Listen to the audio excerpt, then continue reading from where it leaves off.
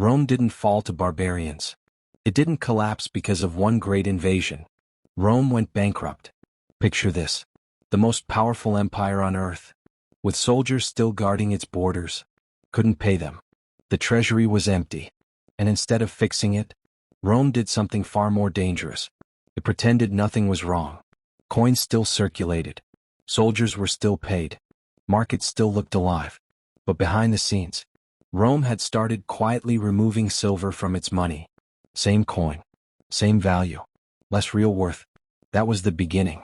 Because once an empire starts faking its money, everything else follows. Inflation, distrust, collapse. And here's the unsettling part. Rome didn't realize it was dying. Because on the surface, everything still looked fine. So the real question is, if Rome, rich, powerful, unstoppable, collapsed because of money, what does that say about today? Because what destroyed Rome wasn't sudden. It was a slow financial trap, and it started at the peak of its power. At its peak, Rome looked unstoppable. By 117 AD, under Emperor Trajan, it controlled nearly 5 million square kilometers. Close to a quarter of the world's population lived under Roman rule. Think about that. 1 out of every 4 people answered to Rome. Gold flowed in from conquest. Silver poured out of mines. Taxes streamed in from distant provinces. Every road, port, and city seemed designed to funnel wealth toward Rome. From the outside it looked like infinite wealth. But that wealth had a secret. A dangerous one. Rome wasn't rich because it produced value. It was rich because it kept conquering. Every victory funded the system. Loot paid soldiers. Soldiers enforced control. Control enabled more conquest. At its height, the Roman army numbered roughly 300,000 professional soldiers, supported by auxiliaries drawn from across the empire. Maintaining that force required enormous spending, wages, equipment, pensions, and logistics across thousands of miles. Victory made the system work. Defeat, or even peace, made it fragile. One conquest shows this clearly. After defeating the Dacian kingdom between 101 and 106 AD, Rome seized so much gold and silver that Emperor Trajan temporarily abolished certain taxes in Italy. The empire depended on expansion to survive. Each new province funded the existing system. It worked until it didn't, because the moment expansion slowed, the entire system was exposed. The turning point didn't come with an invasion. It came quietly. The money stopped. By the late 2nd century, Rome had reached its limits. There were fewer rich lands left to conquer. Expansion slowed. And with it, so did the flow of gold. But here's the problem. Rome's expenses didn't slow down. The army alone consumed 60% of the imperial budget. Soldiers still required regular pay, supplies, and retirement bonuses. Borders still needed defending. Peace, it turned out, was more expensive than war. And Rome was completely unprepared for it. Rome carried another burden. Public welfare. For centuries, the state had provided subsidized grain to hundreds of thousands of citizens in Rome itself. Games, festivals, and public spectacles, later called bread and circuses, were not luxuries. They were political necessities. Cut them and unrest followed. So it faced a brutal choice. Cut spending and risk collapse. Or maintain the illusion and delay it. Rome chose the illusion. When Rome's gold stopped flowing, the empire turned to a temporary fix: debt. But not debt like we think of today. Rome borrowed from its own people. First came heavy taxation. Farmers in Gaul, Sicily, and Egypt were forced to hand over more grain, more produce, more money. It filled the coffers, but resentment grew. Next were forced loans. Wealthy citizens, senators, merchants, landowners, were compelled to lend money to the state, sometimes under threat of confiscation. The empire promised repayment. The repayment often never came. And then came the most daring solution: currency manipulation. Rome began debasing its coins. Silver coins were made with less silver. Gold coins were mixed with cheaper metals. Yet each coin bore the same face value. People held them, spent them, traded them, while the real value slipped away silently. In other words, Rome printed money before printing presses existed. The empire appeared solvent. Soldiers were paid. Grain was distributed. Cities remained lively. But every debased coin, every forced loan, every extra tax was a step further from stability. Inflation crept into markets. Trust in currency eroded. Provinces grumbled. Merchants hoarded what little real silver remained. Rome had created a financial illusion. Wealth on paper, crisis in reality. The empire's survival now depended not on conquest, but on managing debt. Every policy was a bandage over a hemorrhage. Every solution postponed the inevitable. Expansion had ended. Gold had vanished. And now Rome was running on borrowed time and borrowed money. The empire had mastered war, administration, and spectacle, but it had never faced an economy without conquest. Debt was a bridge. But bridges, no matter how strong, eventually crumble. Inflation didn't announce itself. There was no decree. No warning. No single moment where Rome said, "We are in trouble." It began with something small. A loaf of bread that cost a little more than yesterday. A sack of grain that suddenly felt lighter. A soldier counting his wages twice, wondering how they disappeared so fast. At first, people blamed merchants. Then transport. Then temporary shortages. But it wasn't temporary. By the mid-3rd century, prices weren't rising, they were running. In some cities, essentials doubled in price within a decade. And here's the danger Rome didn't see coming. Inflation punishes loyalty. Soldiers were still paid, on paper. But in reality, their wages no longer bought food, armor, or stability.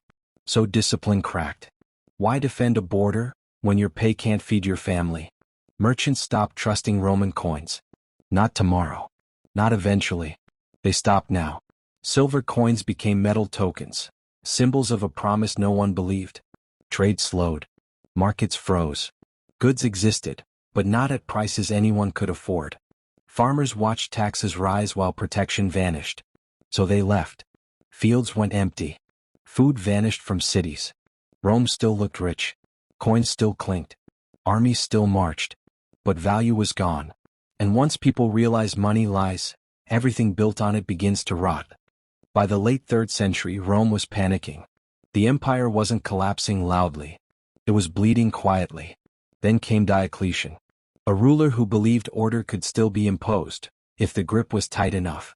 In 301 AD he made a radical decision. He outlawed reality. The edict on maximum prices fixed the cost of food, labor, and rent across the empire. Charge more, and you could be executed. At first it looked like control. Markets reopened. Soldiers were paid. Officials celebrated compliance.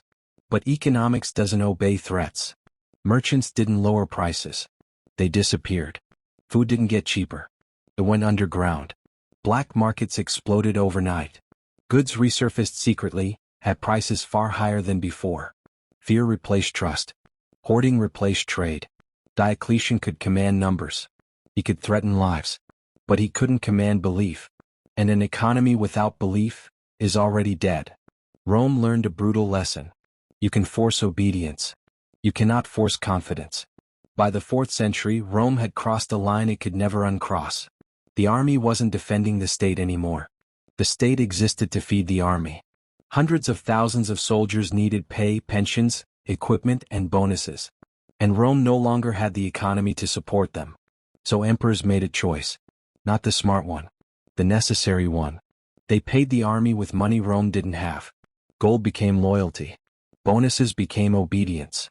Bribes replaced patriotism. Taxes crushed civilians. Inflation accelerated.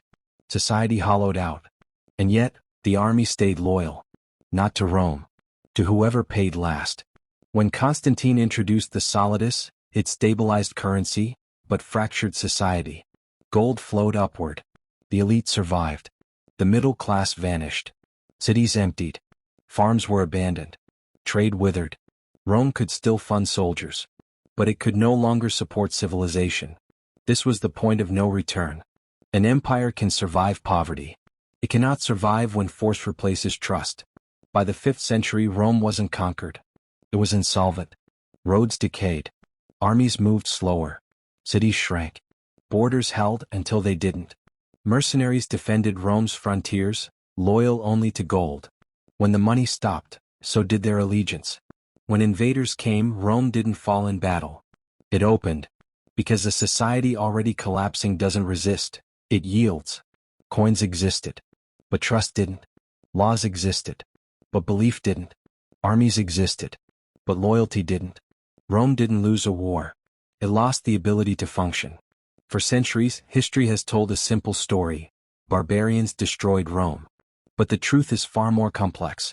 By the time the Visigoths marched into Rome in 410 AD, and the Vandals later in 455 AD, the empire was no longer the unstoppable force of Trajan or Hadrian. Its walls stood, but inside, the foundation had crumbled. Debt had hollowed Rome from within. Years of borrowing, overspending, and currency debasement had drained wealth from the state. Soldiers were loyal only to pay. Merchants refused coins. Farmers abandoned fields. Cities emptied. Civil administration barely functioned. Barbarians didn't topple Rome with strategy or strength alone. They walked into a system already broken. The empire had been weakened not by swords but by its own financial collapse. Inflation, military overspending, and mismanaged reforms left Rome unable to defend its borders or sustain its population. Even when the army tried to respond, it could do little. Pay, supplies, and trust were gone. A soldier's loyalty could be bought, but society itself could not be resurrected with coin. The reality flips the narrative. Rome was not conquered. It was repossessed by circumstance. Debt had eaten away at the empire's core. Barbarians were merely the final knock, the visible consequence of centuries of internal decay. In the end, Rome's fall was not sudden. It was the inevitable result of a civilization stretched too far, financed too thin, and dependent on illusions of endless wealth. Gold could not flow forever. Soldiers could not be paid indefinitely. Trust could not be faked, and prosperity could not survive without real foundations. Debt had hollowed Rome out. Invasion did not finish the empire, it revealed the emptiness inside. The empire had built walls and armies, but when the money stopped, everything else collapsed, leaving only the illusion of power behind. Rome didn't collapse in a day. It slowly defaulted. And the uncomfortable question is, are we any different today? Because history doesn't repeat exactly, but it follows patterns. And Rome's pattern is still unfolding. If this story fascinated you, like the video, share it with friends, and subscribe to the channel to explore more hidden truths of history.